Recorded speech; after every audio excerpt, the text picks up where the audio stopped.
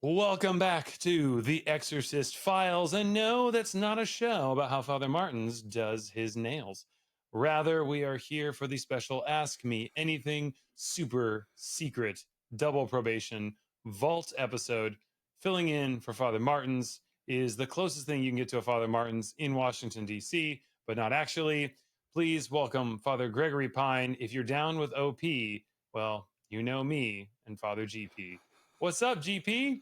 Not much. It's interesting, like your intro voice, your intro cadence is kind of like a combination of lounge singer and sports announcer. It's a killer combo. That's right. Well, I was trying to. I mean, does God? I was wondering if Saint Robert Goulet actually was uttering timeless wisdom when he does like it when we call him Big Papa, right? Yeah. Il Papa, right? Did you ever listen to William Shatner's spoken word album? Something tells me you'd like that. Something tells me I would, and I've not even heard it. But you had me at William Shatner, so Yeah, well, he does like a version of Rocket Man where he's like, Rocket Man, burning up the fuse up here before. It's incredible. So you might just want to add that to the list. all right, listeners, we're going to do that. For those of you who don't know Father Gregory Pine, he is a Dominican based out of our nation's capital. He is a brilliant man. He has advanced degrees in both math and, all sorts of theological stuff. He is someone who I routinely defer to on all matters of history, church tradition, and is perhaps the second smartest Catholic I know. The first being Jesus, because I have a direct relationship with him. So But also don't fail to mention that Father Gregory sometimes says things that are so complicated that's true. that They get behind the pay you have to edit the episode into oblivion. or put it behind the paywall, which this episode is behind the paywall, just for full transparency. But for all those watching, I do want to give a shout out.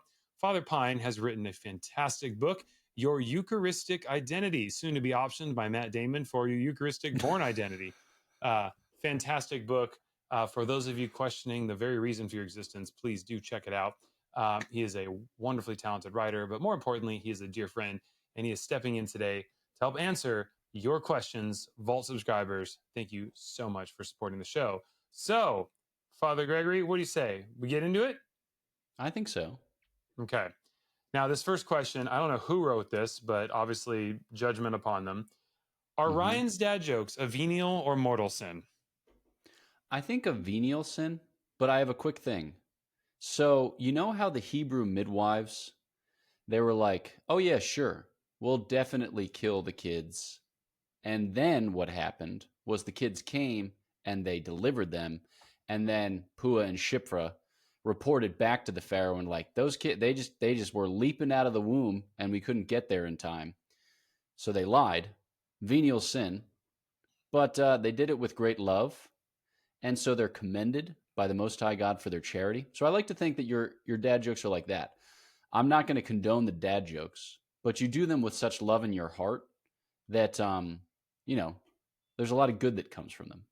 So it's sort of like when they tried to send the spies back to Rahab, and she said no, no, no. Right?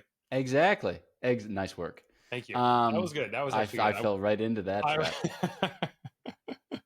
Yeah. Oh man. All Thank right. you. Well, that's good. I'm glad for the state of my soul. That's good to know. All right, let's get some serious ones here.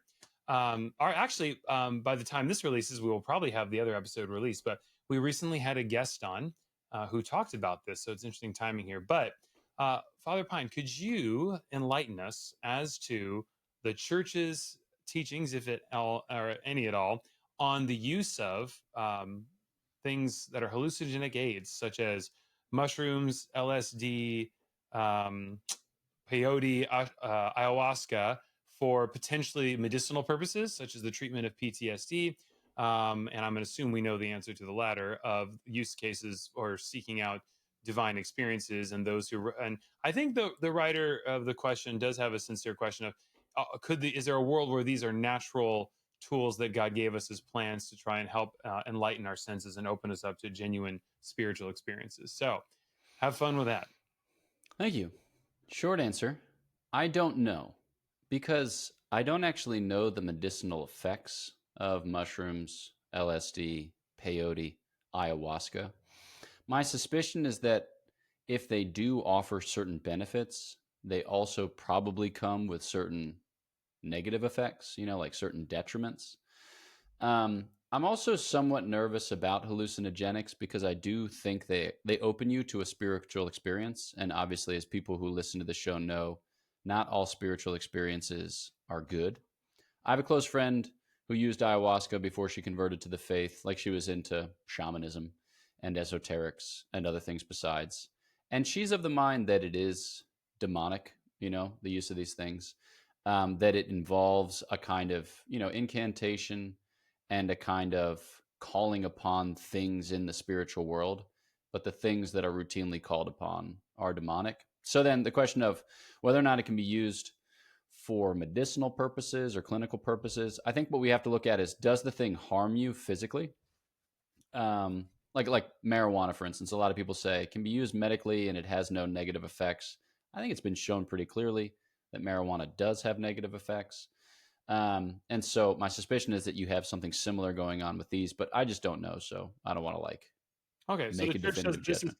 if I were to open up the catechesis, most would it say anything like about like undecided, or is the church's just general teaching that pharmaceuticals and like medicine is a gift from God, and that like many things it can be abused, or it can be used, and also I imagine the intent matters too, right? Because we had a guest on, and it seems like with many things like ayahuasca and peyote and things like that, there are actual religious ceremonies that often surround these practices, and the direct goal of the experience is to encounter something spiritual. And so, would that actually fall under potentially a violation of the first commandment then, and a divination of sorts? I think so. Yeah, classically, you would think about it as opposed to the virtue of religion. The virtue of religion is about, worship. And the idea is that worship can only be to the one true God. And otherwise, it falls under the suspicion of superstition. The idea that you can kind of manipulate the spiritual world subject to your whim rather than referring it to God and subjecting yourself to God. So that'd be my principal concern. Um, that'd be my principal concern. So, if you get invited to a bar called Peyote Ugly, say no. And when it comes to Mary, say no to Mary J, but yes to Mary. Oh, hey, Gabriel. That no, I'm not going to go with you on that one. But how old is that movie, Coyote Ugly? It's got to be like 20 years old, right? I think so. I You're I dating think the yourself. coyote it's named after has probably gone on to glory. Nice, exactly. Also, isn't ugly misspelled? Isn't it like UGLI? It's possible. We're gonna have our edit. Can we get a check on that? Okay, thank Yeah, you. We're thank gonna you. we're gonna look Call at it. Joe Rogan's guy, ask him, have him telephone the show. All right. Wait, this is all live, right? This is a radio show. Am I right? Okay, just checking. Yeah, yeah. So, all right. Let's go to demonized in Atlanta. All right. So that's not happening. All right, Father Pine. Earlier this year, I was diagnosed with not I Ryan, but our writer. Earlier this year, I was diagnosed with borderline personality disorder. Mine doesn't present in a typical stigmatized way. It's mostly internal, or what some therapists refer to as quiet BPD. Clearly, I wouldn't have quiet BPD, even though it's not a clinical term. I also have a history of childhood trauma, physical, emotional, and sexual. And after learning about the diagnosis, it didn't really surprise me. All that to say, I agree with it, and I'm sure that's what I'm actually experiencing most of the time. So it's probably a mental health thing. However, especially lately, I am finding that I'm smelling things that aren't there. While not a diagnostic symptom of this, many people do experience these things. I smell something like rotten eggs in random places, to the point I've checked my son's diaper, in fact. I find it especially true when praying the rosary. I also sometimes see, quote, shadow figures in my peripheral vision. Again, not a diagnostic symptom. I'm told this is also something people do and can experience. I guess my question is, how do I know if this is related to BPD or something of a spiritual nature that probably needs to be addressed? I'm not aware of doing anything to open myself up to the demonic. I do attend Mass at least weekly, and I do go to confession at least every 2 weeks, and I see a therapist. So I think I'm doing everything I can to that end. Any thoughts, Father? Yeah, I think that when you encounter difficulty, um, you can ask yourself, where is this coming from? The three generic responses, in any work of discernment are the world, the flesh, and the devil. So we think about this especially when it comes to temptation, to sin, or to vice. In this particular instance, it doesn't seem so much temptation to sin as it is a potential intimidation, or like a potential kind of mischief. But then the question would be, in your case, it sounds like you're trying to ask whether it's from the flesh or the devil, on account of the fact that you suffer this trauma and that you now have a diagnosed condition as you describe it. But my experience is that when navigating life, it's not necessary to know exactly from where these things come, because we're always going to experience some measure of intimidation or some measure of mischief. The question isn't so much whether or not it's present. The question is whether or not it interrupts our lives. So if you get to the point where it's causing you harm, like if it's robbing you of sleep, or if it's worsening your psychological condition, or if it's keeping you from performing kind of ordinary tasks of life, then it might be worthwhile to kind of take the next step. But at this stage, whether it's from the flesh or the devil, you can kind of treat it in the same way, which is to say you can keep living your sacramental life, so praying every day. It sounds like you're making good use of the sacrament of the Eucharist and of confession. Maybe you have some kind of penance in your life, but I think you might add some cleansing prayers into your routine. Something simple like, Lord Jesus Christ, I cover myself in your most precious blood, and I bind and send to the foot of the cross the spirit of mischief, that you may do with it there what you will. So you just kind of say, like, there are things that are going on that could be demonic. They could not. I don't know. But I'll just say a cleansing prayer, just kind of treat it in that way. That'd be my thought initially. And then if it gets dialed up, then it's worth, consulting somebody who is more expert and more local. And to be fair, just to give the other side, acknowledgement, strange sense, right? And sulfur in particular, which is, rotten, is described as smelling like rotten eggs. That is a hallmark sense that has been associated with many demonic aberrations. So obviously, it's, I guess, never hurts to look into it and inquire and ask Jesus, right? Because that is theoretically, that could be something that's going on, right? Totes.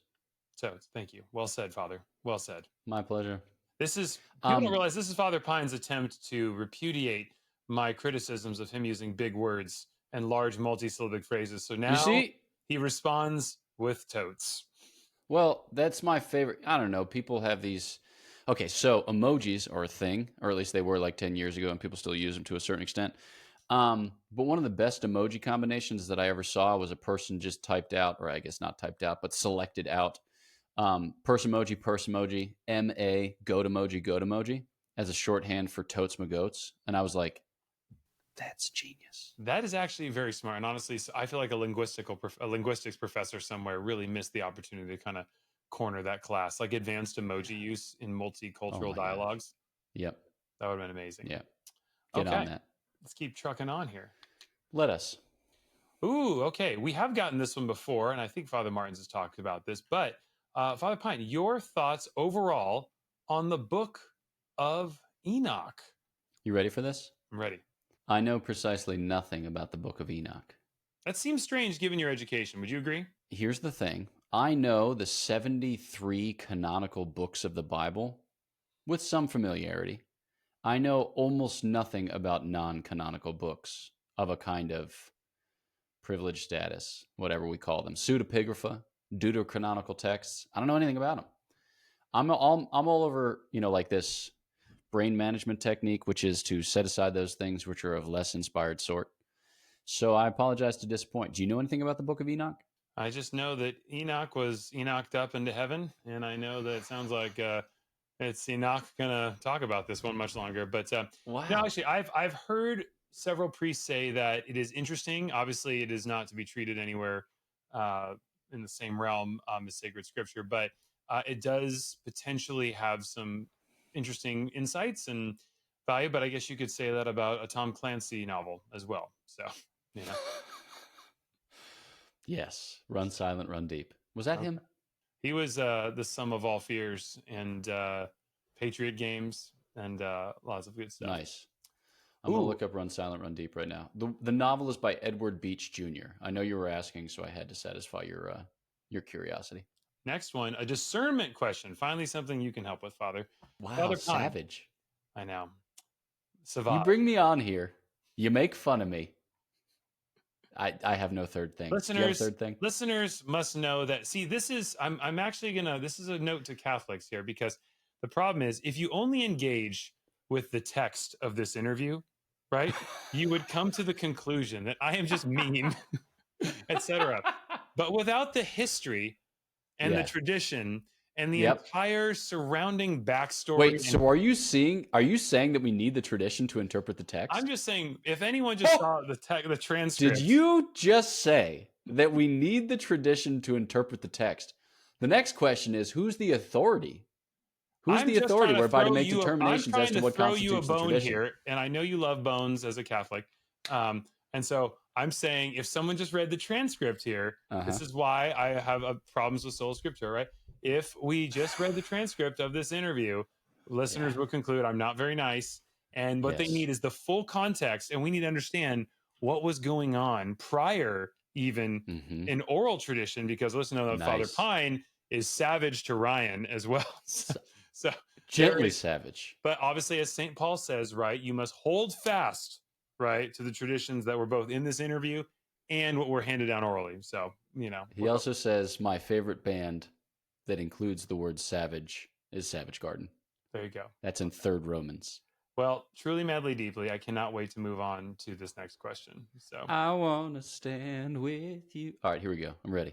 as the Lord Jesus said, I knew I loved you before I met you. So, actually, gospel truth. All right, Father Pine, I have a job opportunity before me. It seems like a great offer, pays well, and actually wouldn't even have to be exclusive to it. But as I'm negotiating the final deal, I suddenly found myself receiving an influx of other really interesting opportunities from past clients and friends. It's almost uncanny.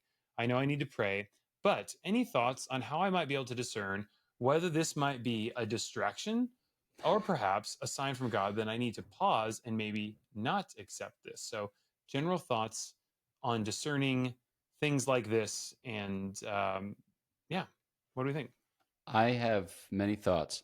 I also like that when you read questions, you do so in a spirit of loose construction or kind of generous interpretation. Like you totally added the words, it's uncanny. It's Oh like, yeah, because people write in sometimes with very plain, and I want to give their question just, it's just, yeah, I want to make sure that it's treated with the same reverence. listen, some of us in this world are boring and we're okay with that. We've reconciled ourselves to our boring nature. All right. And no one will be And boring on my watch. in solidarity with the boring populace who listens to boring things, I'm going to speak in a monotone for the rest of the episode. So good luck, listeners. That's a joke. Yeah, we can fix it in post. So my thoughts are this: you could do the one or you could do the other. Bingo. You're genuinely free. The Lord doesn't set traps. He doesn't lay snares. He doesn't express himself in a way that he doesn't expect you to be able to understand. But you're genuinely free. So like if you are going to, live for the glory of God and the salvation of souls, you have to just choose. And you do so on the basis of the information that you have, but it's always going to be imperfect and incomplete. Nevertheless, you know enough to choose well. Because ultimately, like the way that you want to choose isn't so much to like optimize or maximize, but to be of service to those whom you love. And while you might make more money in one direction or another, you should choose that thing which is consistent with your life to this point. Like you want to choose that thing where you can say on the other end of the choice or on the other side of the choice, like, yeah, I did this for love of God and for love of neighbor, and I'm happy. And maybe it's limited in some way, or maybe it's suboptimal, non-maximal in some way. But nevertheless, like I don't want to like look back in anger. Let me ask you this, Father, because it is also, we do know that God speaks through circumstances, right? And it is He entirely does. possible that he could be encouraging perhaps this individual to take one action one way or the other. Because let's say, minus my insertion of the uncanny, which I inferred from the text, which is another problem with sola scriptura.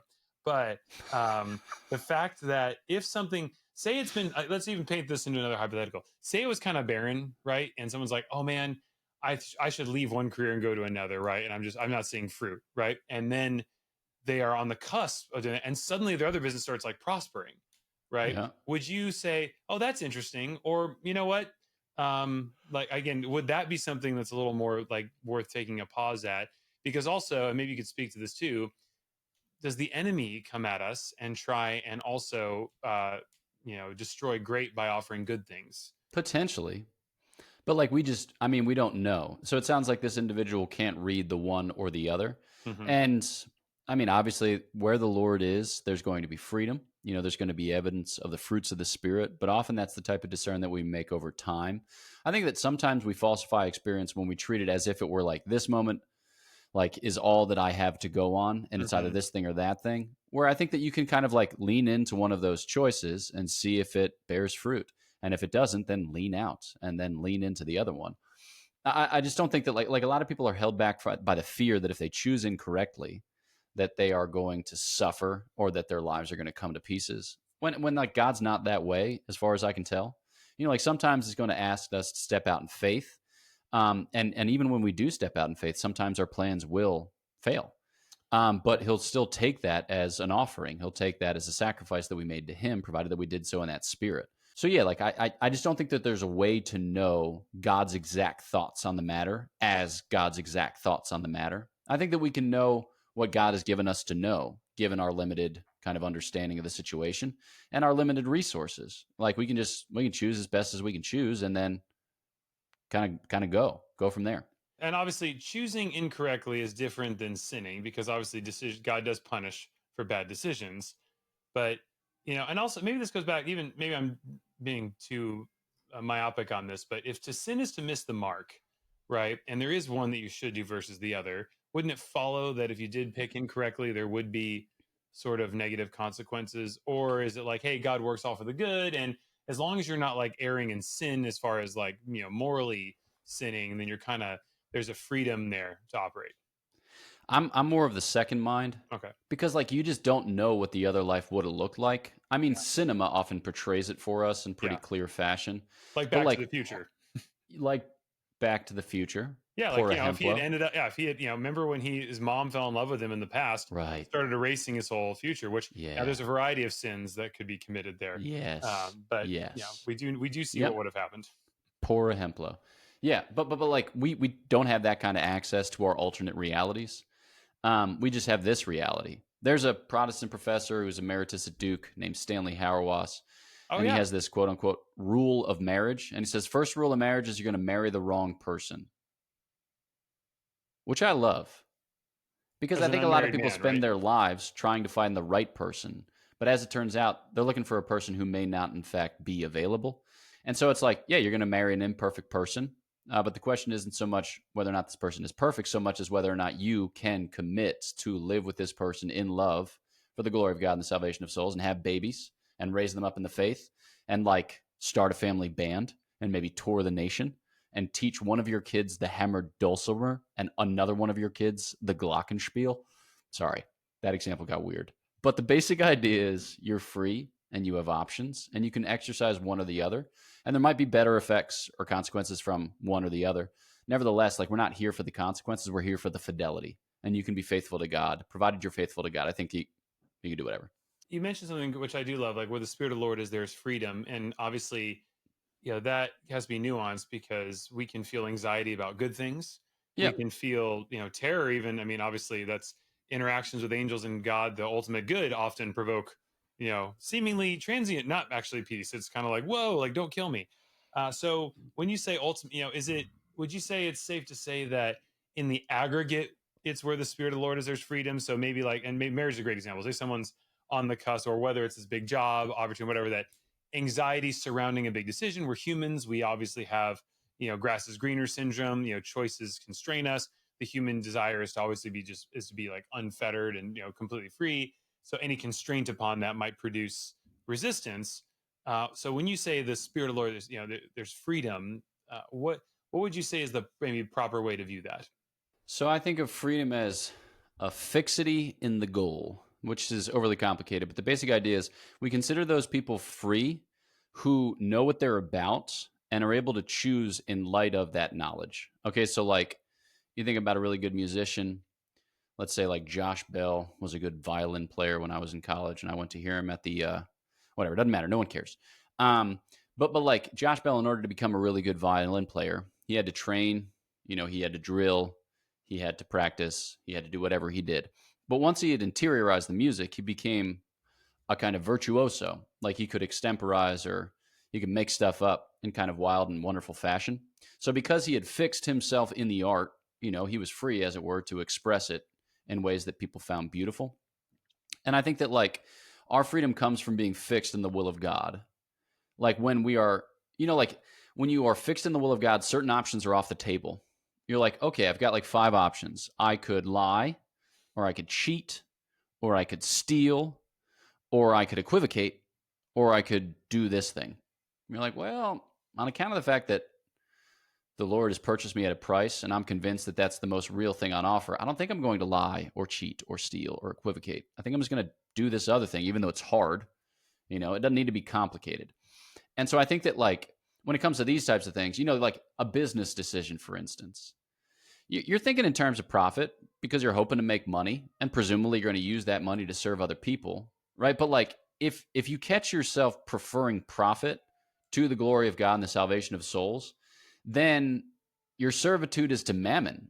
It's not to God. And that's slavery. It's not freedom. The only way in which to be free is to be enslaved to the Most High God. I realize people will find that language a little bit weird. That's But your new book basically, title like, coming up, right? Enslaved to the Most High. exactly, yeah. But like, we're all serving a master. We're all worshiping someone. And I think that our freedom comes from fixity and worship of the Most High God. Also important to use that verse in context, right? So I can say, hey, Father Pine, on a scale of 1 to Galatians, like, how free are you tonight, right? Yeah, no, that's a great question. I think like sometimes people use freedom to mean like unfettered, or to mean unregulated. Right. And they're like, dude, I was, streaking through the streets of Las Vegas after having won $800 in roulette the other night. And boy, where the spirit of the Lord is, there is freedom. I'd say that's a misappropriation of that verse. Also, for any listeners who are scandalized, I didn't do that. That was a hypothetical example. Actually, I was describing Ryan. First off, I've never won that much at roulette. That has never Nice. that has never happened. That's why that story's false. I want to falsify that story based on one fact: the $800. Bingo. That's the only thing that's off. That's the only thing that's off. Fair. Awesome. All right. Ooh, we got a Freemasonry question. Hello, Nice. Father Ryan. I'll try not to make this too long, but I've had this question for a while, ever since your episode of Freemasonry. My grandfather on my dad's side, who passed away in the spring of this year, please pray for his soul, was a Mason in his younger years, though I'm not sure how involved he was. Found out a couple years ago that my dad isn't his legitimate son, and only one of his siblings, not related to him by blood, but I grew up always knowing him as my grandfather. So for all intents and purposes, he's my grandfather, but to listeners, he's not biological grandfather. So I was wondering, would his connection to Freemasonry affect me and my family potentially? I've always had a sense that something being off with his side of the family, brokenness, addiction, yet he came out of it normal, the only one having had a desire to go to church growing up. But I could also just be overthinking this, as I tend to do. So let's summarize. Could a non biological grandparents' covenants with evil potentially, or pacts, affect you? Maybe. So I think, there is such a thing as intergenerational sin. We know that because of original sin. Original sin's different than personal sin. Original sin is the type of thing that you inherit with your nature, and it just means that we're kind of left to ourselves because our first parents rebelled against God, and so they lost the original gifts with which God had blessed them. And so we come into this world without those original gifts and graces. Okay. But when it comes to personal sin, we don't believe that the fault of your grandfather's personal sin is something for which you are responsible. Nevertheless, the evil one and his demons can kind of congregate around certain individuals on the basis of the fact that they have been invited to do so by close friends, family relations. And there's also a sense in which, like, physically, emotionally, psychologically, we are dependent upon our ancestors. We're dependent upon our forebears, and that there are like certain places in which like demonic mischief can find a happy home because we come into this world, with like a history of addiction, like you said, or trauma or abuse or whatever else it is. So I think on the one hand, like, God is powerful. He is far more powerful than the evil one. Nevertheless, we come into this world sometimes at a certain disadvantage. So like, life isn't fair. And sometimes we might be genetically or just environmentally predisposed to certain hurts, whether physical or emotional or psychological. We're not responsible for other people's sins. Nevertheless, we might have to do work so that we don't fall into sins that others who have lived before us have fallen into. So I think, again, it's the type of thing where you can just start with little cleansing prayers and then do your due diligence, just to ensure that the relationships which you do invest in are ones in which you feel yourself free and that the Lord himself is able to operate in your midst. Yeah. What do you think? Well, on the show, we've had several extreme cases where great grandparents involved in Freemasonry and high levels of it opened up the doors to demonic. And actually, most exorcists I've interviewed have said they've expelled demons, and the rights gained were generational sin from Freemasonry, because part of the oath of joining Freemasonry, from some of the documents that these priests have secured, is to dedicate or swear on one's offspring and generational offspring, which it makes sense to me, because obviously godparents have an authority, right, in their their significance, and so it makes sense that you don't have to be related by blood to have authority over someone. And to make it even maybe a more light example, right? A teacher might have some spiritual authority over their students. A husband, has spiritual authority to pray for his wife, and vice versa. So, it seems like it would make sense to me that biology would not at all be a restraint um, on, what supernatural things could happen through that. Boom. The earth is round. Also, what's hanging on your door right there? A bag. Nice. It's my bag of tricks. Nice. Here, I thought it was metaphorical the entire time. There it Turns is. out it's a literal bag of tricks. Where's your bag of tricks? I don't have one on me, at least not at present. Let's see. I've got a double bag Trader Joe's thing right here that has the box of a 12-pack, a sampler of non-alcoholic beer. That should give you some indication as to the wild parties that I throw in my academic office. Oh, doctor. Oh, man. Exactly. Man, okay. All righty. Actually, this inspired me for a new dad joke. Father, do you want to hear it? Yes. Okay. What would a Power Rangers robot be if it was also a medieval brewing monk? No idea. A trapezoid.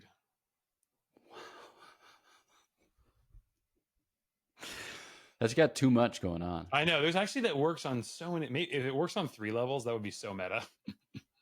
Did you know that, I don't know if you did this when you were little, but my mom would take me to get yearly portraits at Sears before I got my yearly portraits Yep. at school. Okay, so I think it was kindergarten, maybe it was preschool, whatever. I went to Sears at the ripe old age of 5-ish. And at that time in my life, the most significant cultural influence was certainly the Power Rangers. I was a big devotee. And I had the Megazord, Mm-hmm. right? So you had the 5 different Power Rangers, and you could put them all together to get the big turbo Power Ranger guy. Oh, yeah.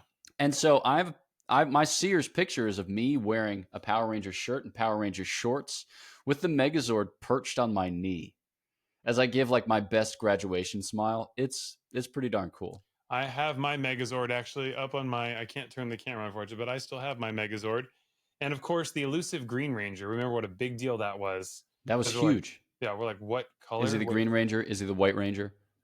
We don't know. And and then I remember Tommy. it was a huge deal when they announced a Friday night special episode, and it was when they introduced this new character, Lord Zed.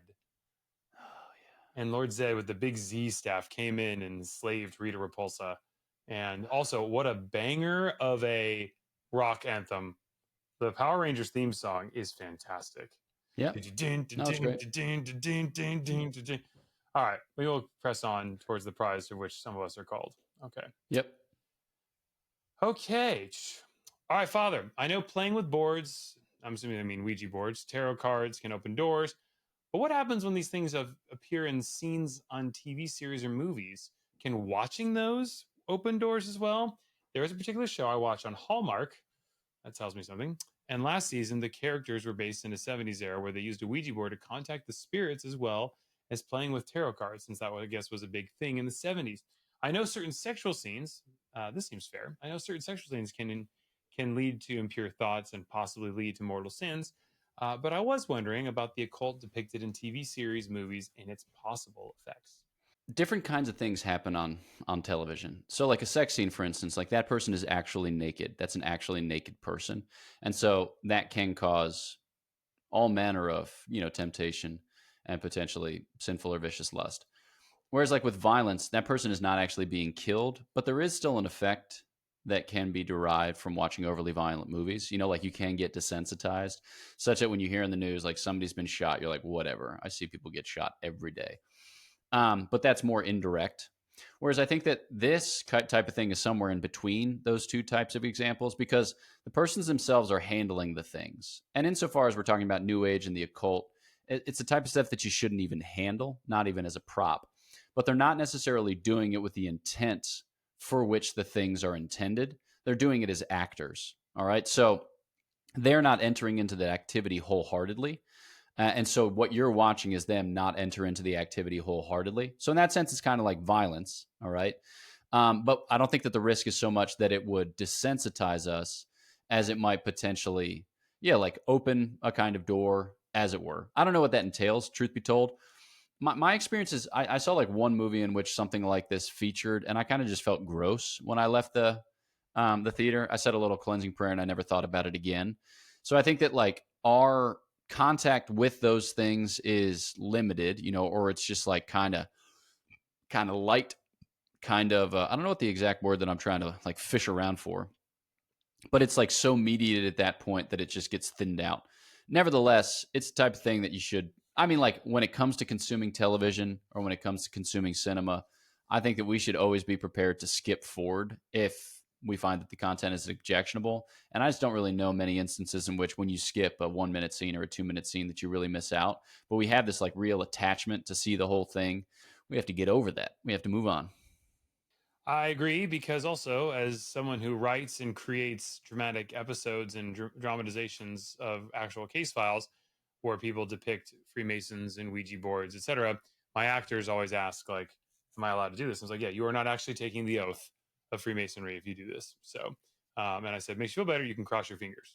So for an outward display of protest to this as well. But yeah, so it sounds like intent matters, but I do appreciate the question, because what we watch forms us, and shapes and influences us. And so probably a good check to see what kind of content we are consuming, because that does enforce. You brought an interesting point though, because you're like, oh, if someone's naked, that person's actually naked.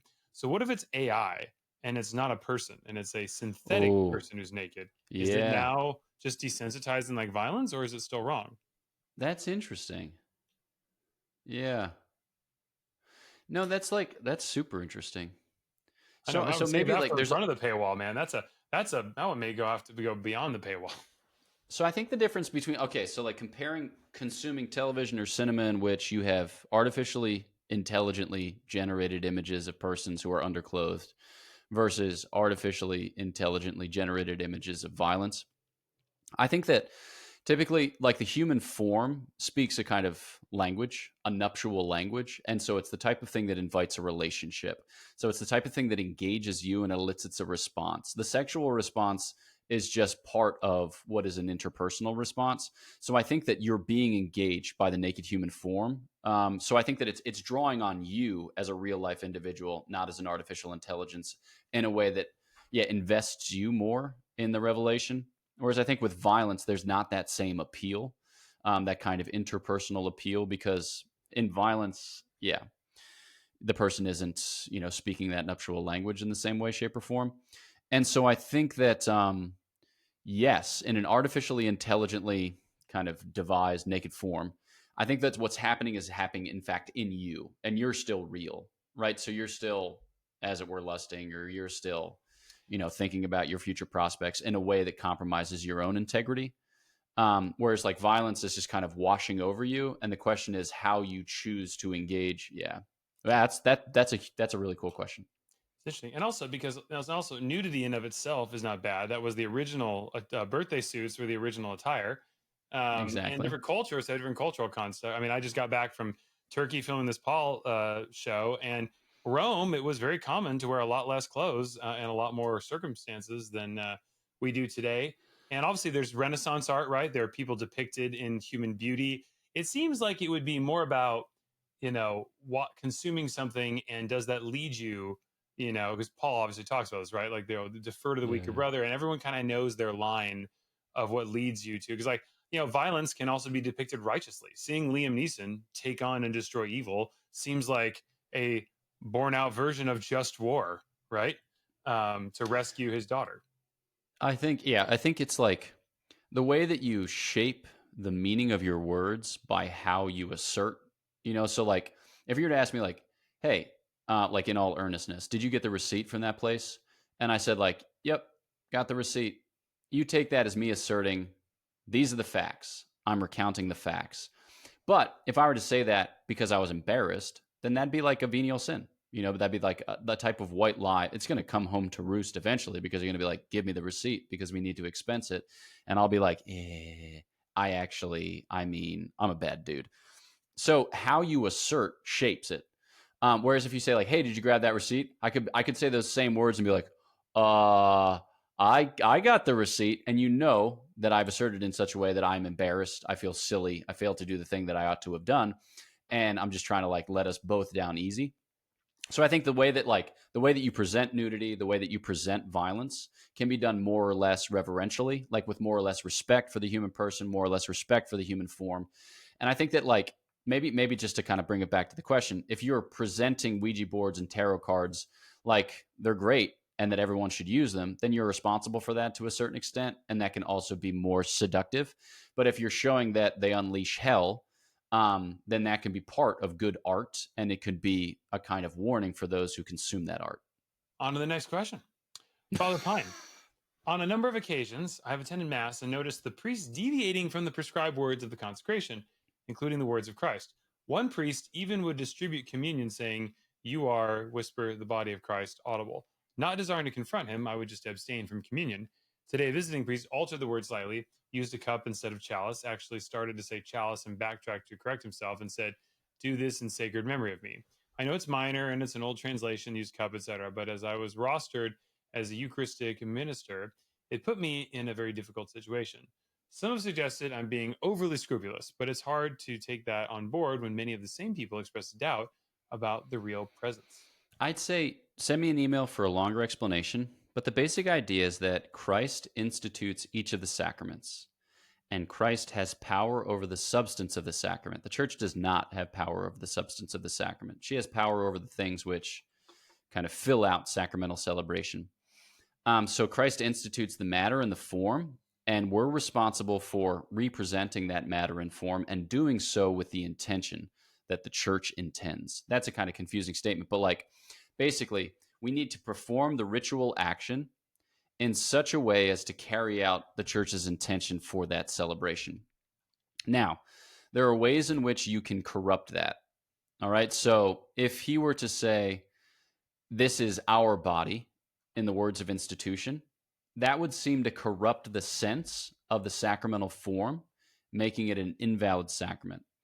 But to change the word chalice to cup does not corrupt the sense of the sacramental form, because it's clear that he prefers an old translation. Perhaps he thinks it's more colloquial. Perhaps he thinks it's more approachable for the people of God. But he didn't give any indication that he lacks faith in the actual Eucharistic mystery. Mm. Now, with the distribution of Holy Communion, and you say, you are the body of Christ, that's weird, right? It's true insofar as in receiving the body of Christ, you become more so the body of Christ because it mediates the grace of charity. Charity kind of unifies the mystical body, and you become more so the body of Christ. But I don't know, again, there that you have sufficient indication that he lacks, like the sacramental intention. This is a cool point. The priest doesn't even have to have perfect faith regarding the sacrament itself. He just has to intend what the church intends. Because, like, for instance, with the sacrament of baptism, a pagan can baptize somebody in danger of death, and that be a valid Christian baptism, provided that they intend what it is that the church intends when she extends baptism to those in need thereof. So we have to distinguish between the faith of the minister and the intention of the minister, provided that you have, like sacramental form and matter with that intention, which is to say, like, provided he does what the church wants done in that instance, then you can have, confidence that it's a valid sacrament. That makes sense because that's how it works in my house with chores.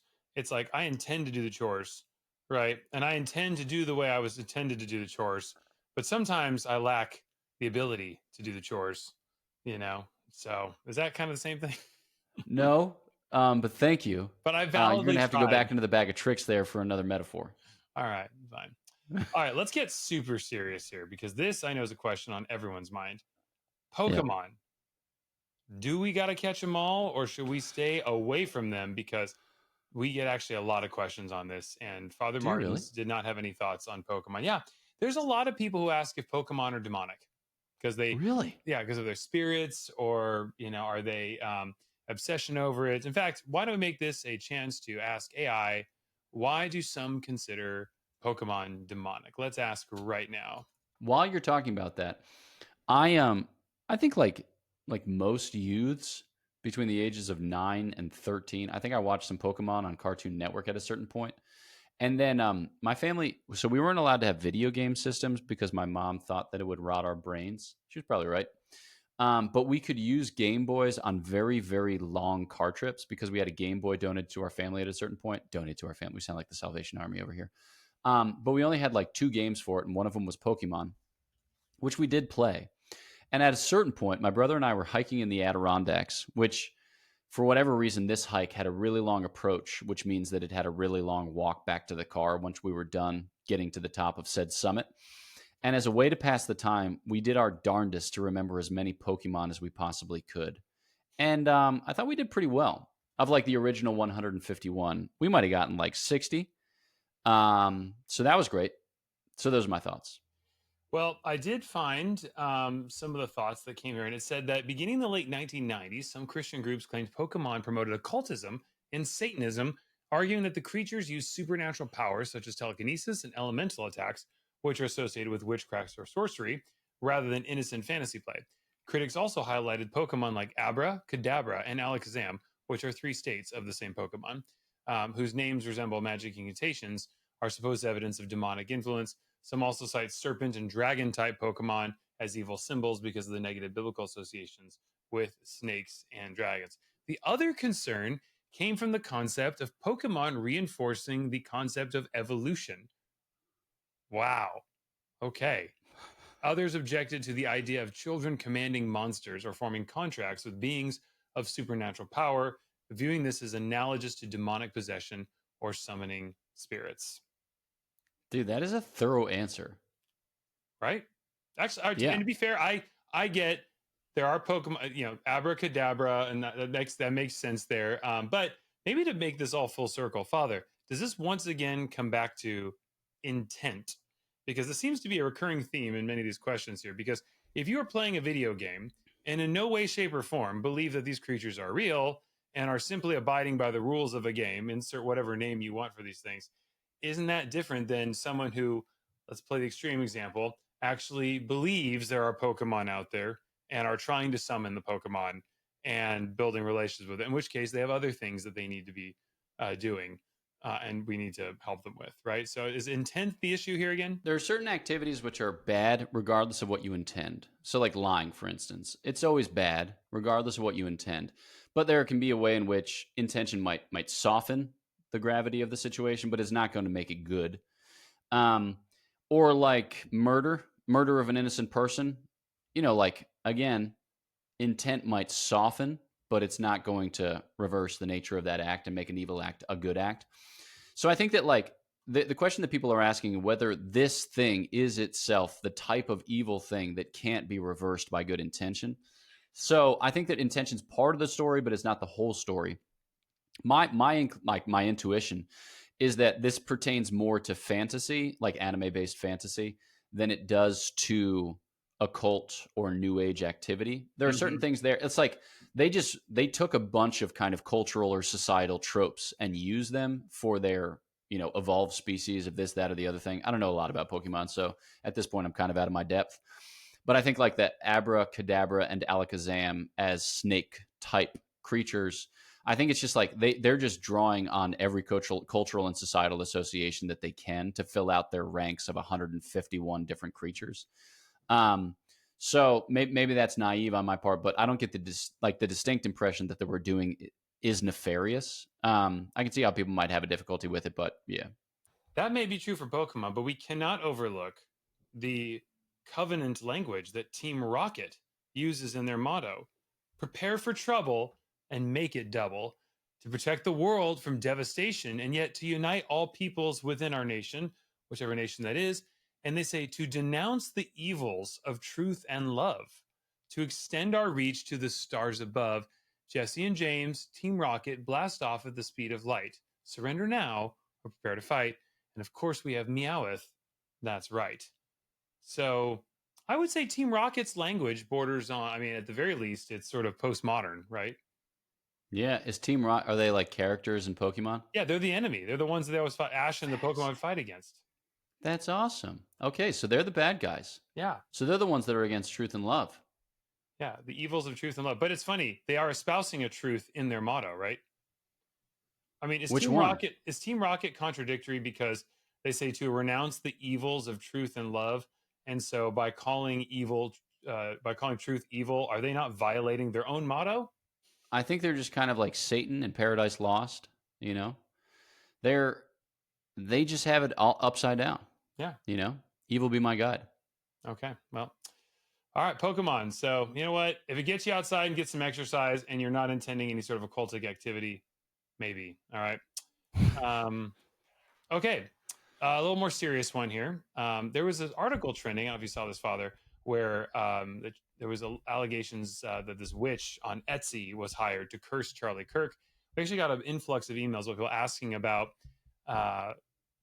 curses and hexes as they pertain to Christians. Are they something to be concerned about? Obviously, we're not supposed to worry about things. But Father Martins has said on the show that he does not generally think Christians who are living godly lives need to be afraid, or, I mean, obviously you don't need to be afraid of anything except God, but not something you need to concern yourself with too much. But they are real things and Christians should be aware of them. So any thoughts? I would just echo what Father Martin says. There are three senses in which curses are pronounced.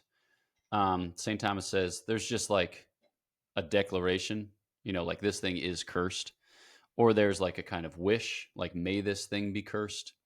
Or there's a kind of authoritative pronouncement, like I curse this thing. And it seems like what we're dealing with is the last one.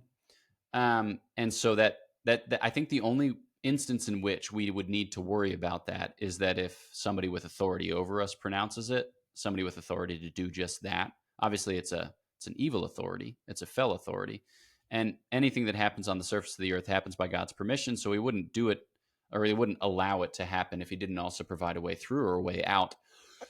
But I also don't think that like there's a secret code to Christianity.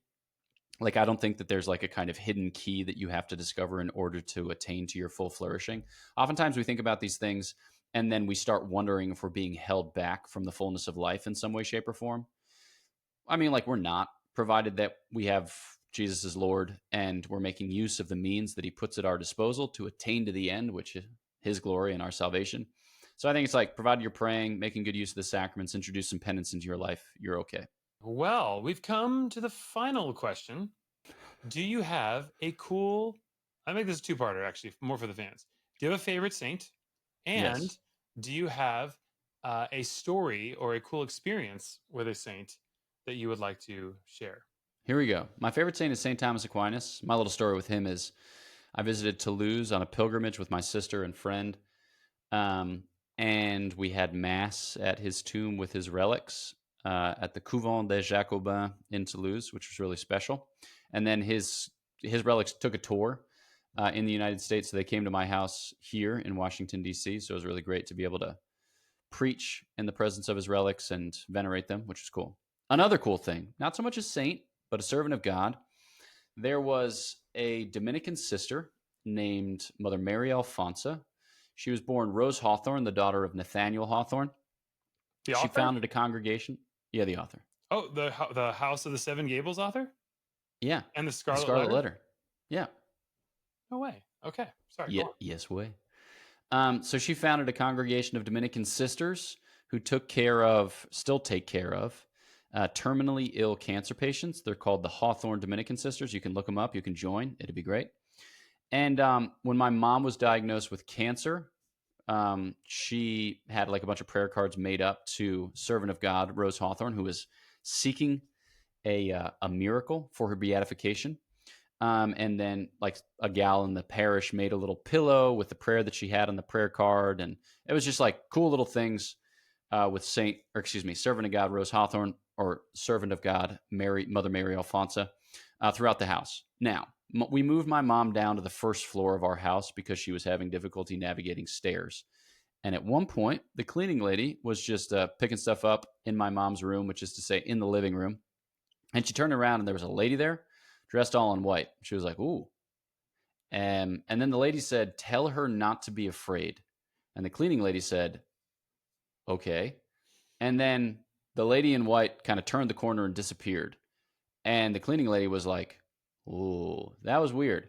But as she was picking up, kind of like going about her business, she looked at the prayer cards that my mom had made up. And she was like, that was the lady. The lady on the prayer card was the lady who just told me to tell Regina not to be afraid.